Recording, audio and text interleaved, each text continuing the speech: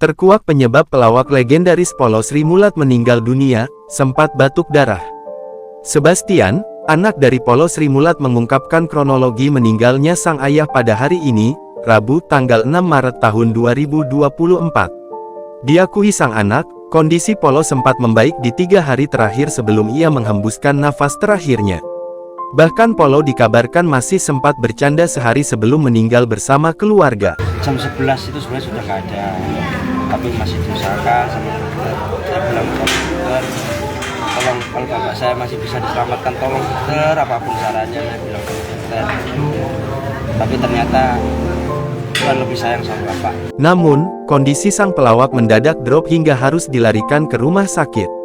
Polo bahkan sempat mengalami batuk hingga mengeluarkan bercak darah. Kemarin baik bang, kemarin udah sehat. Udah sehat, 3 hari itu udah sehat, udah ngajak jalan-jalan. Pengen pulang ke Madiun. Ini nyariin ini, Jos dicariin ini dari kemarin. Jos pulang. Kemarin semalaman juga masih WA-an sama saya. Nyariin. Tapi tadi pagi bapak sesek. Nah langsung saya bawa ke rumah sakit. Sampai ke rumah sakit langsung ditanganin sama dokter. Saya minta yang terbaik sama dokter, yang terbaik buat anak saya. Sebastian pun mengungkap permintaan maaf jika sang ayah telah membuat kesalahan baik yang tak disengaja maupun disengaja. Ia juga memohon doa agar pihak keluarga diberi ketabahan. Mohon maaf, kalau bapak ada salah, gimana? Ya, saya mohon maaf sama semuanya. Oke. Sebelum menghembuskan napas terakhirnya, Polo sempat dirawat di Rumah Sakit Ana Medika, Bekasi, pukul 12.10 waktu Indonesia Barat.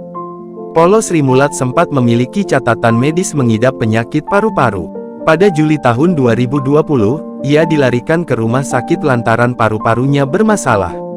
Namun, saat itu Polo dinyatakan sembuh dan diperbolehkan pulang. Diketahui, Polo memiliki nama asli Christian Barata Nugroho. Ia sudah cukup lama warawiri di dunia hiburan bersama Sri Mulat di era 80-90-an.